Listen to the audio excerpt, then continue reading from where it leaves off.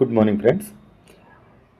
RRB NTPC 2025 notification 06/2025 railway notification. Exam dates మనకి ఇప్పుడు 16th నుంచి 27th మార్చ్ జరుగుతున్నాయి. సో వీటిలో మనకి ఎగ్జామ్స్లో అడిగిన క్వశ్చన్స్ కొన్ని గ్రూపుల్లో పోస్ట్ చేశారు. వాటిలో మనకి చాలా ఇంపార్టెంట్ క్వశ్చన్లు ఉన్నాయి. ఓవరాల్గా చూసుకుంటే నిన్న 16వ తారీఖు మార్నింగ్ షిఫ్ట్ మనం క్వశ్చన్స్ చూద్దాం. వాటిలో మనకి ఏంటంటే పేపర్ అయితే ఈజీ టు మోడరేట్ ఉంది, అంత డిఫికల్ట్ అయితే ఏం కాదు, బట్ కొంచెం time taking, like calculation part కొంచెం చేయాలి. బట్ ఓవరాల్గా అయితే మాత్రం మోడరేట్ ఎగ్జామ్ అని చెప్పొచ్చు. సో వాటిని మనం ఇప్పుడు కొన్ని ప్రాబ్లమ్స్ తీసుకొని మనం దాన్ని చేద్దాం. అయితే వాటికంటే ముందు ఏంటంటే మనం క్యాలిక్యులేషన్ సిరీస్లో భాగంగా ఒకే ఒక వీడియో అప్లోడ్ చేసాం. సో ఆ calculation series at the same time algebra start చేసాం, అవి కూడా వస్తూ ఉంటాయి. అట్ ది సేమ్ టైము ఈ 16th నుంచి ఈ ఎగ్జామ్ టైంలో వచ్చే క్వశ్చన్ పేపర్స్ ఆ షిఫ్ట్లను బట్టి వాళ్ళు స్టూడెంట్స్ పోస్ట్ చేసే గ్రూపుల్లో పోస్ట్ చేసే వాటిని కూడా మనము డిస్కస్ చేద్దాం.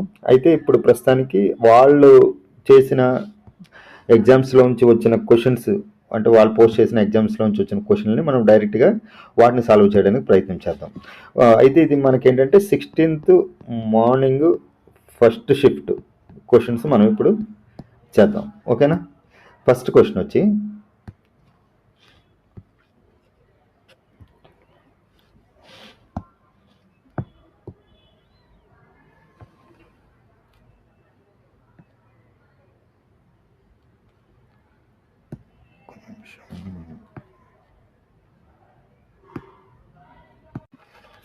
వచ్చి simplify the following expression 5pq plus 16q whole square minus 5pq minus 16q whole square.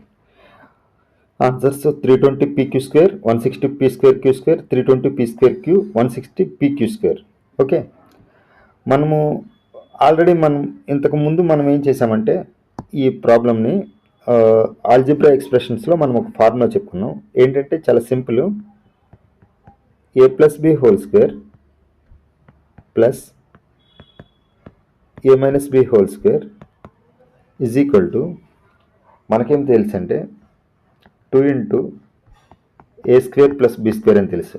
అదే ఒకవేళ a plus b whole square minus of a minus b whole square is equal to 4ab అని తెలుసు. ఎందుకంటే ఈ రెండింటిని కూడితే మనం already చెప్పుకున్నాం దీన్ని డీటెయిల్గా. సో ఇక్కడ a plus B whole square, A minus B whole square కాబట్టి దీన్ని ఏమి రాయొచ్చు అంటే 4abగా రాయొచ్చు. ఎలా అంటే దీన్ని ఏమి రాయొచ్చు అంటే 4abగా is equal to 4 into A అంటే 5pq, బి అంటే 16q. సో పి ఇంటూ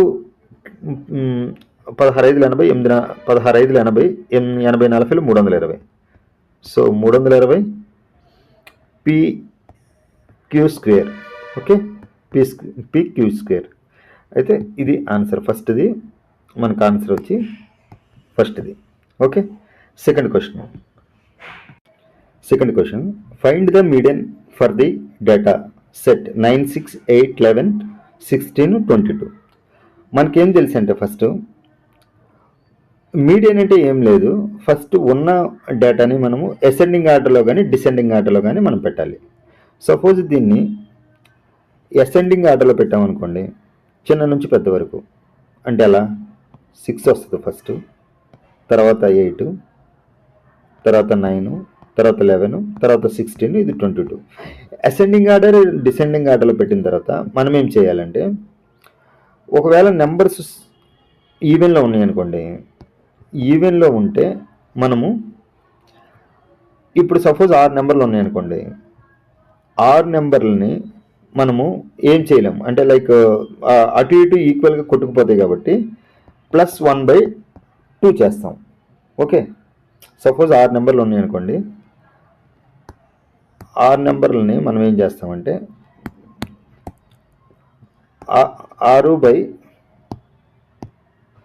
6/2 వేస్తాం, అంటే థర్డ్ నెంబరు. థర్డ్ నెంబర్ అంటే ఇది 1 2 3, ఈ థర్డ్ నెంబరు ప్లస్ 1 చేస్తాం, third number plus fourth number by 2 వేస్తాం. అలా కాకుండా అక్కడ ఉన్నదే ఆడ్ నెంబర్ అనుకోండి, ఆడ్ ఎన్ అనేది ఆడ్ అనుకోండి, అప్పుడు n/2 3 వస్తుంది కాబట్టి కరెక్ట్గా సెంటర్ నెంబర్ అంటే ఫోర్త్ నెంబర్ ఈజ్ ద మనకి మీడియన్ అయింది. కానీ ఇక్కడ ఉన్న కండిషన్ ఏంటంటే 6 8 9 11 16 22 మనం అలా కూడా చేయవసరలా, ఇటు ఇటు ఉన్న వాటిని కొట్టేసి మధ్యలో ఏవైతే మిగులుతాయో దాన్ని యావరేజ్ చేస్తే సరిపోతుంది. 9 + 11/2 that is equal to 10 is the answer. Okay, అంటే మీడియన్ అంటే ఏం లేదు, ఎన్ ఆడ్ అయితే డైరెక్ట్గా మిడిల్లో నెంబర్ అంటే ఏం లేదు, 7 + 1/2 అంటే ఫోర్త్ నెంబర్ అయిపోద్ది డైరెక్ట్గా. ఒకవేళ n 8 ఉందనుకోండి, 8th నెంబర్ని సగం చేస్తే ఫోర్త్ వస్తుంది కదా, 4th + 5/2, సో ఇది అవుద్ది అప్పుడు. ఓకే, ఇది సెకండ్ క్వశ్చన్కి answer. Next problem, find the value of cos² 30 + cos² 60 + cos² 90. దీనికి మనం ఏం చేయాలంటే, మనకు తెలుసు cos 30 అంటే √3/2 హోల్ స్క్వేర్ కాబట్టి హోల్ స్క్వేర్, cos² 60 అంటే 1/2 హోల్ స్క్వేర్, cos 90 అంటే 0, సో 0 స్క్వేర్ వేసిన అయిపోయిన పర్లా.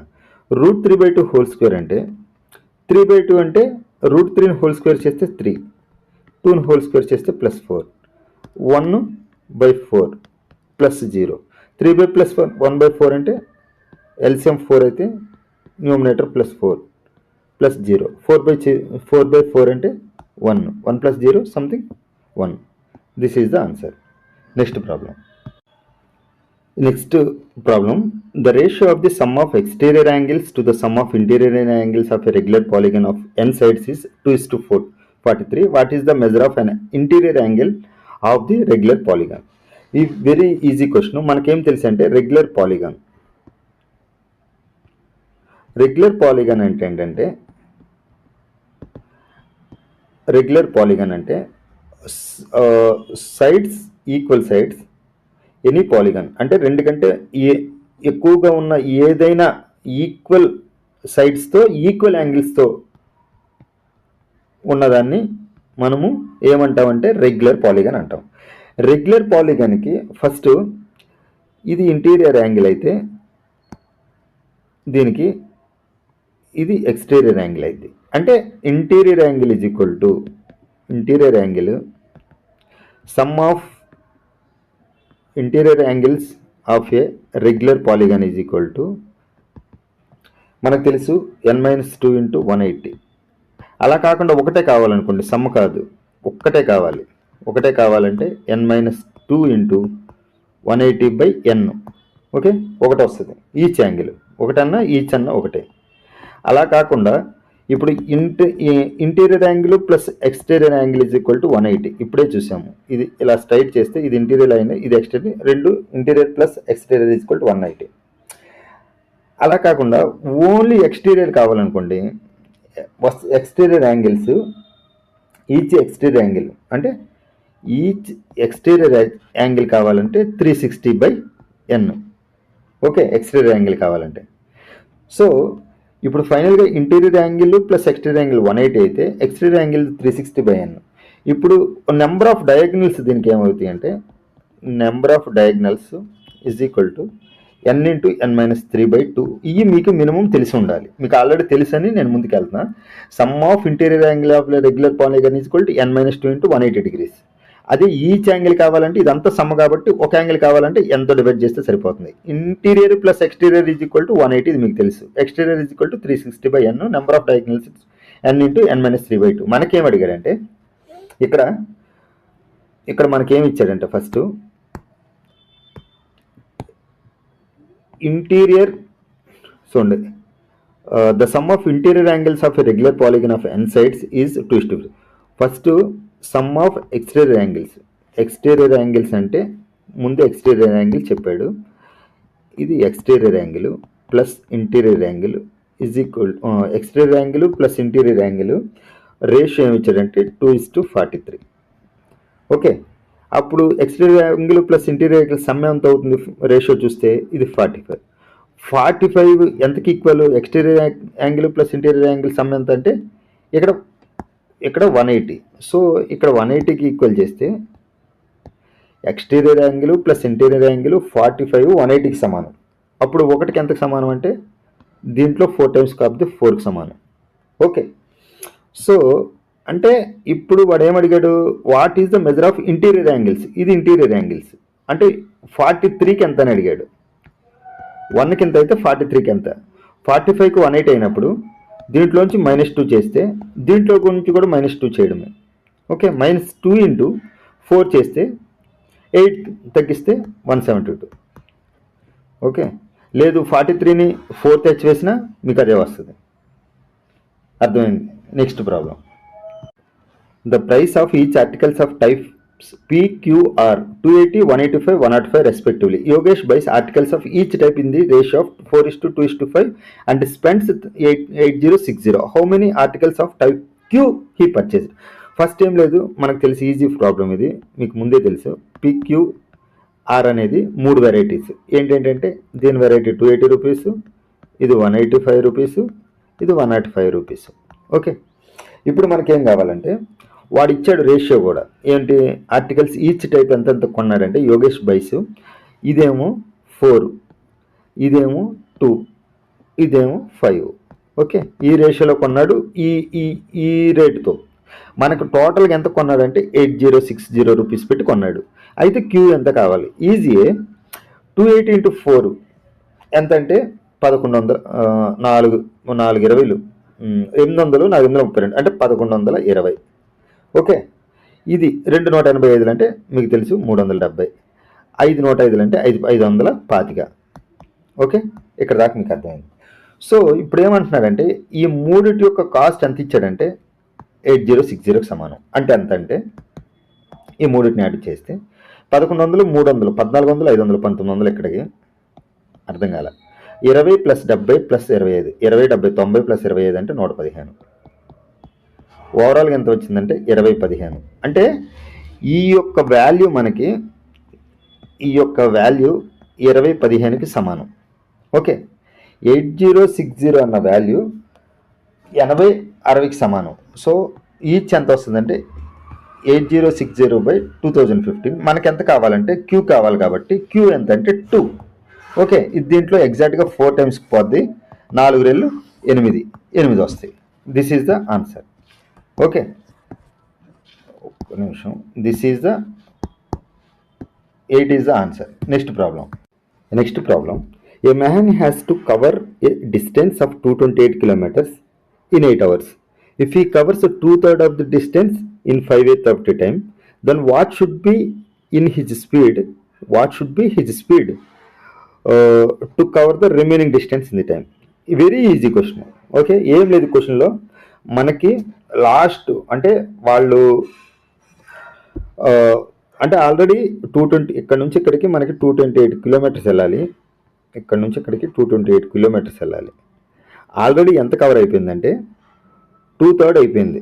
ఇది 3 parts తీసుకుంటే 2/3 కవర్ అయిపోయింది. ఇంకెళ్ళాల్సింది ఈ స్మాల్ పార్టే. Okay, 1/3 of the distance in 5/8 time ఎంత ఇచ్చాడు మనకి? 8 hours. 8 hoursలో 5/8 టైం కూడా అయిపోయింది. ఓకే, సో రిమైనింగ్ డిస్టెన్స్ ఎంత అంటే మనకు తెలుసు కవర్ చేయడానికి speed is equal to distance by time. Distance already 228 అని ఇచ్చాడు. అందులో ఆల్రెడీ 2/3 వెళ్ళిపోయాడంటే 1/3 మనం వెళ్ళాలి.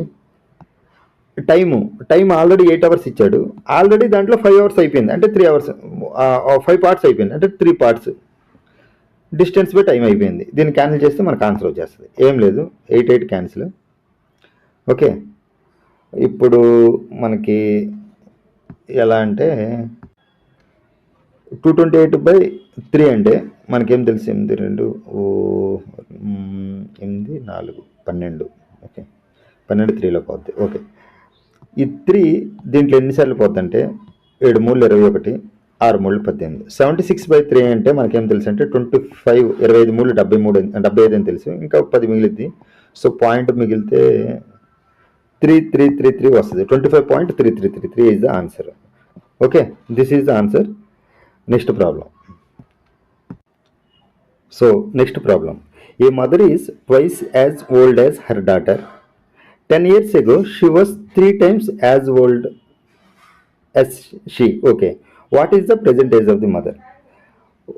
ఇది ఈజీ క్వశ్చన్. ఏం లేదు, ఒక మదరు మనకేం లేదు, మదరు డాక్టర్ ఏంటంటే ప్రజెంట్ ఏజెస్ వచ్చి 2:1. Mother is twice as years as her daughter. 2:1. 10 years ago, she was 3 times as old. ఇక్కడ 10 years ago 3 times అంటే మదర్ అప్పుడు ఏంటి, 10 years ago 10 years ago mother daughter 3:1. ఇక్కడ దాకా మీకు తెలుసు. సో ఇక్కడ మనకి ఎంత అంటే 10 years తర్వాత 10 years గ్యాప్ ఉంది. ఇప్పుడు మనకి ఇటువంటి సిచ్యువేషన్స్ వచ్చినప్పుడు ఏదైనా సరే ఇక్కడ మదర్కి డాక్టర్కి మధ్య గ్యాప్ ఎంత అంటే 2, కానీ ఇక్కడ మదర్కి డాక్టర్కి మధ్య గ్యాప్ 1. సో గ్యాప్ని ఈక్వల్ చేయాలి. గ్యాప్ని ఈక్వల్ చేయాలంటే ఇది మొత్తాన్ని, ఇది 2 ఉంది కాబట్టి ఇది 2తో మల్టిప్లై చేయాలి. ఇది 2తో మల్టిప్లై చేస్తే ఇది 4 కొట్టుకుపోయి ఏమొస్తుందంటే 4:2 అవుతుంది, ఎందుకంటే 2తో మల్టిప్లై చేస్తే. ఇప్పుడు డాటర్ ఏజ్ 1, 10 years తర్వాత డాటర్ ఏజ్ 2 అంటే 1 పెరిగింది 10 yearsకి. ప్రజెంట్ ఏజ్ ఆఫ్ మదర్ అంటే 4 పార్ట్స్ ఎంత అంటే 40 years. Okay, easy question. Next problem. What is the smallest natural number which one divided by 18, 35 and 140 leaves a remainder of 7 in each case. చాలా easy problem, మనం already చాలాసార్లు చేసాము ఈ ప్రాబ్లమ్ని. ఏం లేదు, ఫస్ట్ ఏంటంటే మనకి ఈ మూడిట్లో డివైడ్ అవ్వాలి, ఒక స్మాలెస్ట్ నెంబర్ రావాలి, దానికి 7 కూడాలి. అంటే స్మాలెస్ట్ నెంబర్ రావాలంటే 3తో డివిజిబుల్ అయ్యి ఏంటంటే 18, 35, 140 దీనికి ఎల్సిఎం చేయాలి ఫస్ట్ మనము. ఎల్సిఎం అంటే ఏం లేదు, మనం ఫస్ట్ ఉన్న వాటిలన్నింటిలో పెద్ద నెంబర్ని పట్టుకోండి. ఈ పెద్ద నెంబరు రిమైనింగ్ నెంబర్స్లో పోతుందా లేదు చూడండి. 140 ఈ 35లో 4 times పోతుంది. సో అసలు ఇది మనకు అవసరమే లేదు, ఎల్సిఎంలో కన్సిడరేషన్ లేదు. బట్ 18లో ఆల్రెడీ 140లో 2 ఉంటుంది, బట్ 9 అనేది లేదు. ఇక్కడ 2 into 9 అవుతుంది కాబట్టి ఇక్కడ 2 అయితే ఇక్కడ ఉంది, బట్ 9 లేదు కాబట్టి దీన్ని 9తో హెచ్ వేయండి. సో ఇది ఎల్సిఎం అవుద్ది. 9 0 0 9 4 36 2 9 4 36 ఒక్క నిమిషం 9 4 36. ఓకే, 9 ఒకట్లు 4, 9 ఒకట్లు 9 3 12 1260. సో దీన్ని ఎల్సిఎం చేస్తే 1260 వచ్చింది. But leaves a remainder in 7 cases అంటే మనకి ఇప్పుడు 7 కూడాలి. ప్రతి దాంట్లో 7 మిగులుతుంది కాబట్టి 7 కూడితే వచ్చేది మనకు ఆన్సర్ 1267 ఈజ్ ద ఆన్సర్.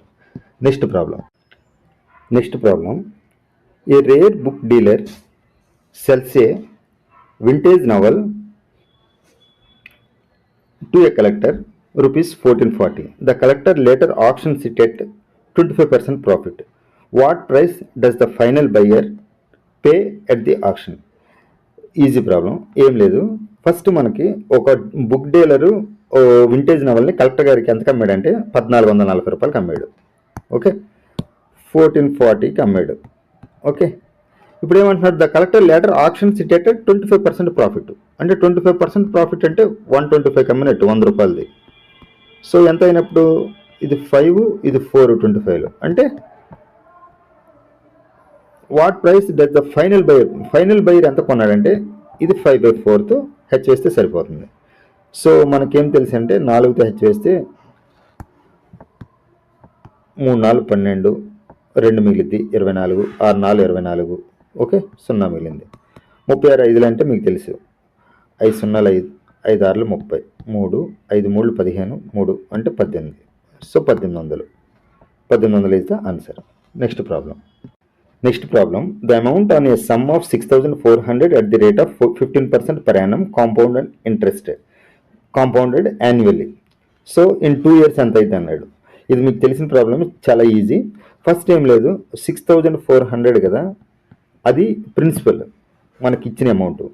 ఇప్పుడు మనకి వాడు 15% per annum profit, 15% per annum interest కాబట్టి 15% పర్ యానం అంటే 15% ఎంత అయిద్దంటే 15/100 ఇస్తే పర్సంటేజ్ కాబట్టి 3/20 అయింది. ఓకే, సో 20ది 3 ఎక్స్ట్రా అయిందంటే సంవత్సరానికి ఎంత అయిద్దంటే 23 అయింది. ఫస్ట్ ఇయర్ 23 అయింది 20 మీద, సెకండ్ ఇయర్ కూడా 23 అయింది ఎంత మీద 23. సో ఈ 2 జీరోస్ ఈ 2 జీరోస్ క్యాన్సిల్ చేస్తే ఈ 4 16 4 64 23 23 529 మీకు తెలుసు.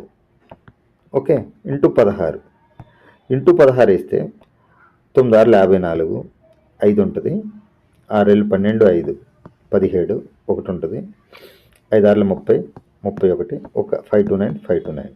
ఓకే, 4 16 1 4 8 అంటే 8464. This is the answer. Next problem. 3 workers A, B and C are assigned to paint a wall. A can complete the task in 8 hours, B in 12 hours and C in 16 hours. If they all start together but C leaves after 2 hours, how much time in total will take to finish the task? అసలు time and వర్క్లో అసలు ఏ question అయినా సరే ఈజీయే. అసలు time and work ఇచ్చారంటే మనం అసలు క్వశ్చన్ని వదిలి రాకూడదు, అసలు అంత ఈజీ, వెరీ ఈజీ మనకి. సో మనకేంటంటే ఏ ఎన్ని రోజులు 8 hours, B 12 hours, C 16 hours. So LCM ఎంత మనకి? టోటల్ వర్క్ దీని ఎల్సిఎం అంటే ఏం లేదు, 8 12 16 మనకి ఎల్సిఎం ఈజీయే. 16 3 48. సో 48 దీంట్లో పోతుందంటే 16 32 అంటే దీంట్లో పోదు కాబట్టి 16 3 48 మూడిట్లో పోతుంది. సో 48 ఈజ్ ద మనకి ఎల్సిఎం ఆఫ్ ఏబిసి 8 12 16. సో మనకి ఏంటంటే 48 అనేది టోటల్ వర్క్. ఇప్పుడు మనం ఏం చేయాలంటే ఇవేంటి నెంబర్ ఆఫ్ అవర్స్. ఎఫిషియన్సీ ఏంటంటే టోటల్ వర్క్ 48 అయినప్పుడు 8 రోజుల్లో చేస్తాడంటే 8 గంటల్లో చేస్తాడంటే రోజు ఒక గంటకి ఎన్ని చేస్తాడంటే 8 6 48 6 చేస్తాడు. వీడు మనకి 4 చేస్తాడు, వీడు 3 చేస్తాడు. ఇక్కడ మనకు తెలుసు. అయితే ఇఫ్ ఆల్ స్టార్ట్ టుగెదర్, మొత్తం ముగ్గురు ఒకేసారి ప్రారంభించారు అంటే వీళ్ళు ముగ్గురు ఒకేసారి ప్రారంభిస్తే ఎంత అవుద్ది? 13 అయింది. Okay, 13. But C leaves after 2 hours. 2 hours తర్వాత సి వెళ్ళిపోయాడంటే 2 hours వరకు ముగ్గురు కలిపి చేశారు కాబట్టి 13 26 కంప్లీట్ అయిపోద్ది 2 hours. సో 2 ఉంటుంది, ఇక్కడ 2 ఉంటుంది. ఇంకా ఎంత? How much time in total will take to finish the task. మనకు టోటల్గా ఎంత టైంలో ఆ టాస్క్ని ఫినిష్ చేయొచ్చు అంటే ఇక్కడ 2 hours. ఓకే, ఇంకా ఇప్పుడు ఈ సి లేడు, ఇప్పుడు ఓన్లీ 6 + 4 ఇది ఏబీలో ఉన్నారు. సో వాళ్ళు 10 చేయగలరు. ఓకే, గంటకి. సో 10 గంటల్లో ఎన్ని చేయగలరు? 10 గంటల్లో ఎన్ని చేయగలరు అంటే 2.2 అవర్స్లో చేయగలరు. సో ఆల్రెడీ ఇక్కడ 2 hours, ఇక్కడ 2.2 hours, టోటల్గా 4.2 అవర్స్లో వర్క్ ఫినిష్ అయిపోద్ది. So answer is the 4.